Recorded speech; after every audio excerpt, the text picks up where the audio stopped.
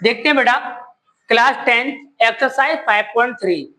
तो कल थोड़ा स्वास्थ्य खराब था इसलिए हमने वीडियो नहीं डाल पाई और आज आप देखेंगे 5.3 में क्वेश्चन नंबर 11। 10 तक हमने करा दिया है पुरानी वाली वीडियो में पीछे। यदि किसी एपी के प्रथम n पदों का योगफल दे रहा है, n पदों का योगफल ये है तो इसका प्रथम पद क्या है, यानी पहला पद निकालना है। प्रथम दो पदों का योगफल यानी पहला और दूसरे पद का योगफल निकालना है। फिर तीसरे, दसवें और एनवें पद ज्ञात कीजिए। तीसरा पद निकालना है, दसवां पद निकालना है और एनवां पद निकालना है। अब आप आएंगे क्वेश्चन को देखेंगे यहां से। पहले क्या दे रहा है, एपी। एपी के प्रथम एन पदों का योगफल लिख दीजिएगा। एपी के प्रथम एन पदों का योगफल, एन पदों का योग, योग तो एस एन होता है ना, ये बन जाएगा एस एन बराबर 4n माइनस एन स्क्वायर, यानी ये योग दे रहा है। अब आप यहां से पद निकालेंगे तो पद निकालने के लिए क्या करना पड़ेगा आप लोगों को, यहां से n माइनस वन निकालो पहले, तो ये बन जाएगा एस एन माइनस वन। जिस जगह पर n है वहां पर क्या लगाएंगे हम लोग, देखो n यहां से कंपेरिजन कर रहे हैं तो ये वाली बात है, यहाँ पर n माइनस वन है ना, आगे आ जाओ। 4 का 4 रहने दीजिएगा, इसको लिखो n minus one minus n minus one का वर्ग, यही वाली बात बनेगी। मैंने क्या किया है, इस n की जगह पर यहाँ पर s है, यहाँ पर s है, इन दोनों की तुलना कराएंगे तो n की वैल्यू n माइनस वन भी ना, तो n की जगह पर n माइनस वन पुट करो, 4n माइनस 4 माइनस वर्ग खोलना, तो ये बन जाएगा A square plus B square minus 2ab, यही वाली बात बनेगी ना। आगे आ जाओ, 4n माइनस 4 माइनस का n स्क्वायर माइनस 1 प्लस का 2, देखो 4 और 2 कितना होता है 6, और माइनस का ये कितना बन जाएगा 5। अच्छा n है 6n लिखो इसको, अब ये क्या बन जाएगा माइनस का 5 माइनस का n स्क्वायर, थोड़ा इसको सही लिख दीजिएगा आप लोग, सही क्रम में ये बन जाएगा माइनस का n स्क्वायर प्लस का 6n माइनस का 5, यही वाली बात बनी ना। अब यहां से आप निकालो tn, क्या निकालेंगे tn पदों की संख्या के लिए, तो tn बराबर हमारा बन जाएगा यहां पर tn बराबर बेटा क्या बनेगा, अब आप निकालेंगे बेटा tn, तो tn के लिए सूत्र लिखेंगे आप लोग Sn माइनस एस और यहीं पर लिख दो s माइनस वन। अच्छा Sn की वैल्यू क्या है हमारे पास, Sn की वैल्यू है 4n minus N square minus Sn minus one minus का n स्क्वायर 6n माइनस 5, इसको आप हल कीजिएगा, 4n माइनस का n minus minus plus minus का 6n प्लस का 5, अंदर गुणा कर दिया माइनस चिन्ह बदल जाएंगे। देखो ये भाई साहब किसके हैं, देखो ये भाई साहब नेगेटिव है, ये भाई साहब पॉजिटिव, दोनों कट गए ना। आगे आ जाओ, देखो प्लस का 5 है माइनस का 6 प्लस का 4n, क्या बचा माइनस का 2n, यहां पर ये निकल आया हमारे पास tn। अब आप पद निकाल सकते हो, क्या निकालेंगे पद,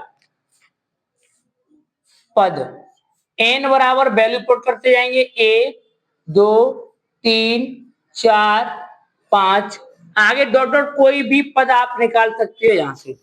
आगे आ जाओ, tn यानी t1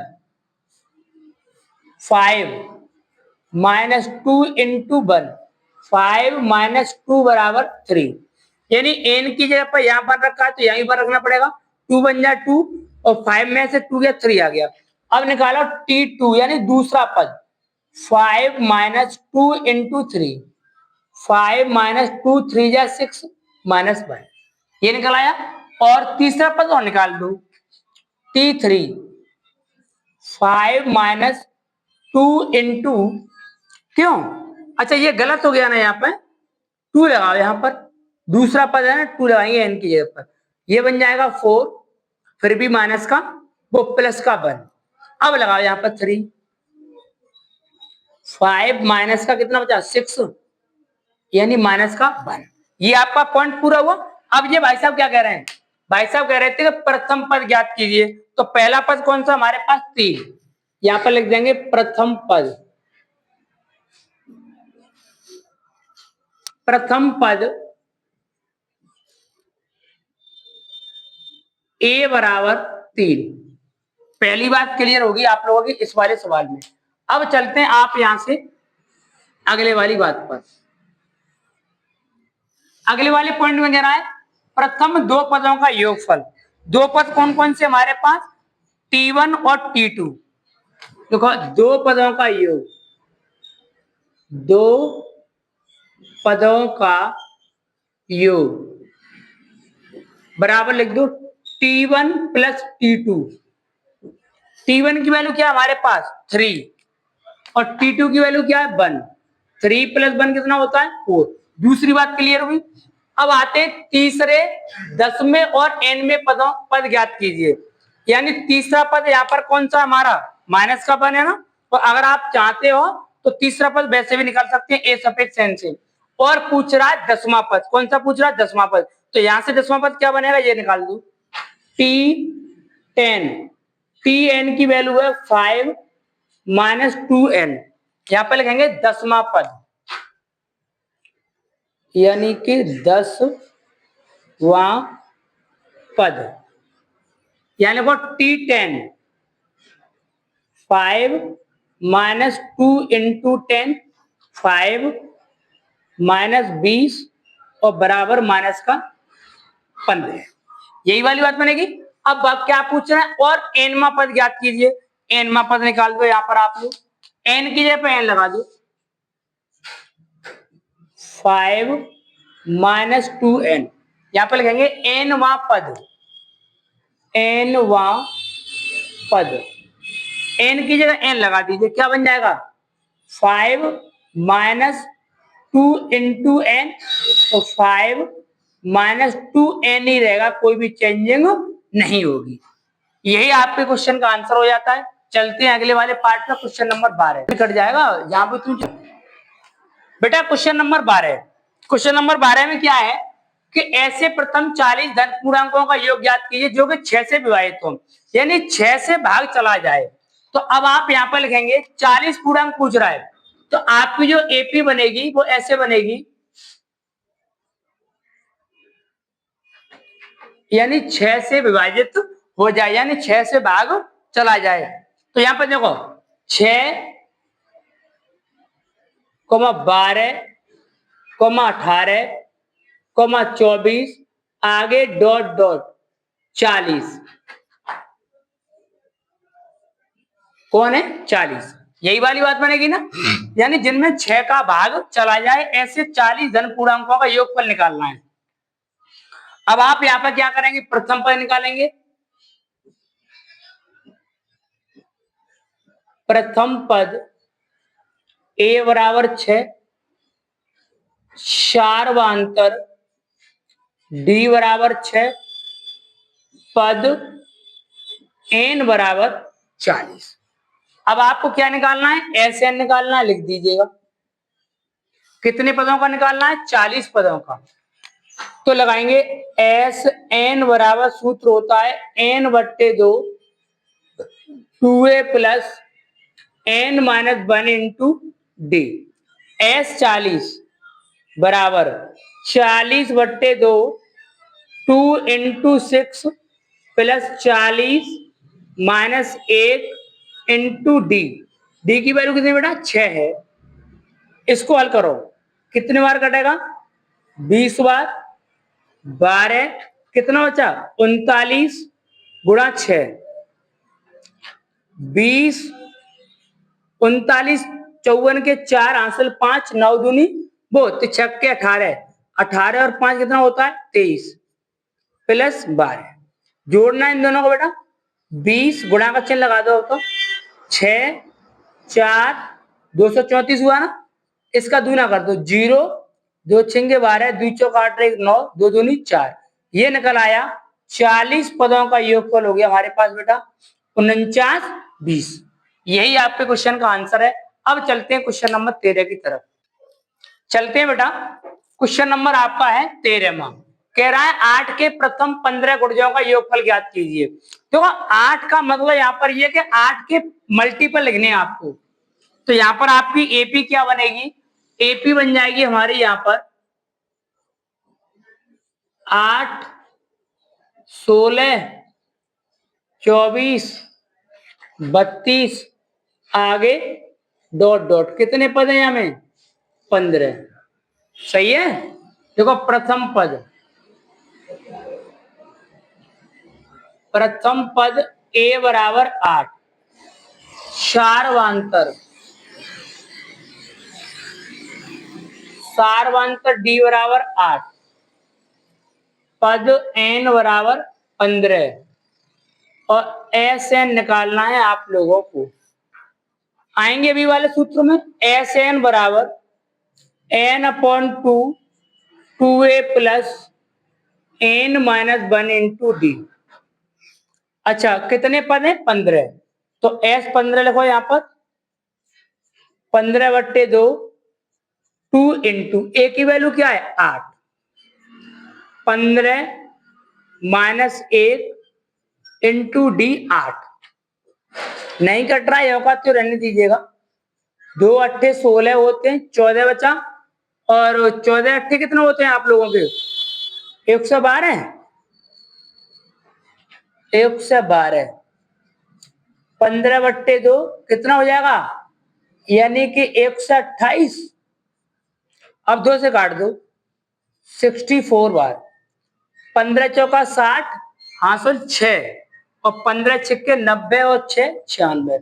यानी ये निकल आएगा 8 के प्रथम 15 गुणज का योगफल आएगा 960। अब चलते हैं क्वेश्चन नंबर अगले की तरफ। अब आते हैं आप लोग क्वेश्चन नंबर 14 की तरफ। क्वेश्चन नंबर 14 क्या है बेटा?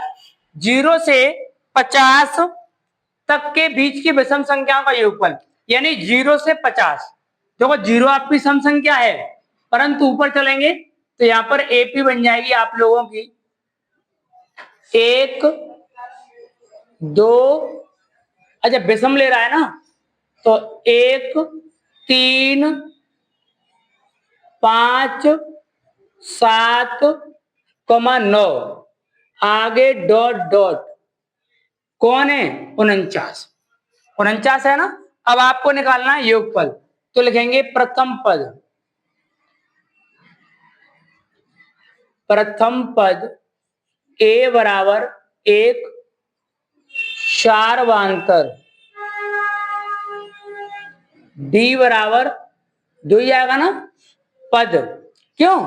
अंतिम पद 49 तो है। तो आप लोग एक काम कीजिएगा ना इस वाले पॉइंट में, एक काम ये कर दीजिएगा, पहले आपको पद पता होना चाहिए। क्या पद है? पद। तो कहेंगे अभी पद एन बराबर, पद एन बराबर कितने पद होंगे यहाँ पर आप लोगों के लिए?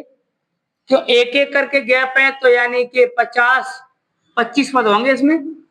निकालना ए सफिक्स एन बराबर A plus N minus 1 into D. Last पद कौन सा है? 49। प्रथम पद कितना हमारे पास? 1, एन माइनस 1, अंतर कितने का है? 2 का। 49, 1, 2n माइनस 2 इधर ला उसको। 49 कितना बचा? माइनस का 1 प्लस का 2n। 49 प्लस 1 कितना हुआ? 50, और 50 का आधा कितना हो जाएगा हमारे पास? 25।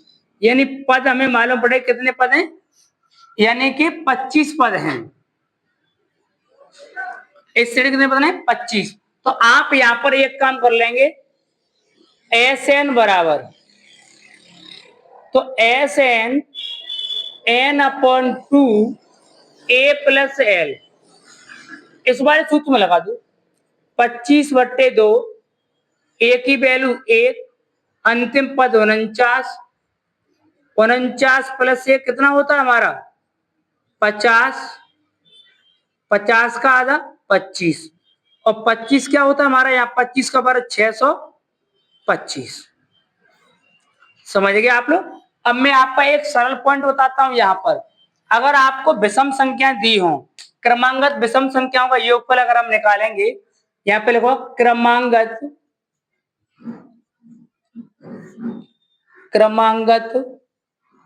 विषम संख्याओं का योग, तो इसकी ये ट्रिक होती है N square. N square, N का मतलब क्या होता है? पद। कितने पद थे इस रेडी में? 25। 25 का वर्ग करेंगे क्या निकल आएगा? 625। समझ गए आप लोग? यानी ये आपकी ट्रिक है। समांतर श्रेणी को पूरा ट्रिक से कराया जाते, परंतु कराया इसलिए नहीं है कि आप लोगों की 10th क्लास है, आपको थ्योरेटिकली ज्यादा चाहिए, इसलिए हमने इसमें ट्रिक का कम इस्तेमाल किया है। अब आएंगे क्वेश्चन नंबर 15 की तरफ। अब आप आते हैं क्वेश्चन नंबर 16 की तरफ। थोड़ा क्वेश्चन नंबर 16 थोड़ा थ्योरी में लेंथी है, उसको आप समझो हम बोल रहे हैं। 15वां क्वेश्चन, सॉरी 14 हो गए, 15वां। किसी कार्य से संबंधित किसी ठेके में एक निश्चित तिथि के बाद कार्य को विलंब से पूरा करने के लिए जुर्माना लगाने का प्रावधान इस प्रकार है। पहले दिन के लिए 200 रुपए, दूसरे दिन के लिए 250 रुपए, तीसरे दिन 300 रुपए इत्यादि।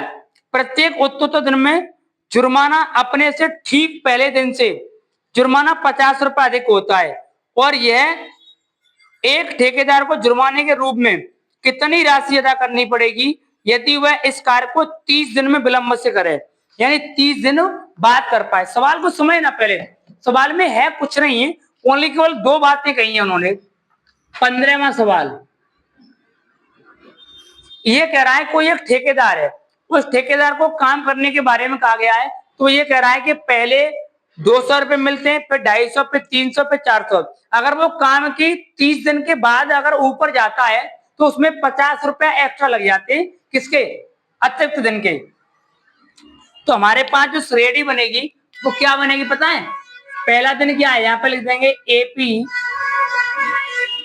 पहला 200, 250, 300 और 350, 50 रुपए बढ़ते जाएंगे। बाद में आगे डॉट डॉट करके यहाँ कहानी आपकी बन जाएगी। 30 दिन चल सकती है कहानी। ये कितने दिन तक है? 30 दिन तक। अब इसको हल कर लो। तो प्रथम पद क्या लगाएंगे इसमें हम? प्रथम पद ए बराबर हो गया 200। अब बेटा सारवांतर क्या बनेगा आपका? सारवांतर डी बराबर 50 का अंतर है। पद हमें पता ही है कितने? एन। भाई 30 दिन तो पहले तो काम करेंगे वो। अब निकालो एस एन क्वेश्चन मार्क लगा दीजिएगा सूत्र आप लोग यहाँ पे। एस एन बराबर N upon 2 A plus N minus 1 into D. अच्छा एन कितने हमारे पास? 30/2, 2 गुणा 200, 30 माइनस 1 इंटू 50। आगे आ जाओ। कितनी बार कटा? 15 बार। 400 हुआ, 29 बचा ना? 29 गुणा 50 गुणा कर लीजिएगा। 15 400 प्लस देखो 9 5 45 के 5 और 2 पंजे 10 और 4 14, ये हुआ 1450। 1450 में अगर आप 4 से जोड़ देंगे तो कितना बन जाएगा आपका? 1850। अब गुणा करना है 15 का, तो 0 का 0, पन्ना 75 के 5, आंसुल 7, 15 अट्ठे 120 7 27 7 आंसुल 12 और 15 अगर 15 15 12 होता है 27। ये निकल आएगा 27,750। यानी कि 30 दिनों में जो काम आपका होगा विलंब से, उसका खर्चा आएगा 27,250। अब मिलते हैं आपको अगली वीडियो में क्वेश्चन नंबर 16 से।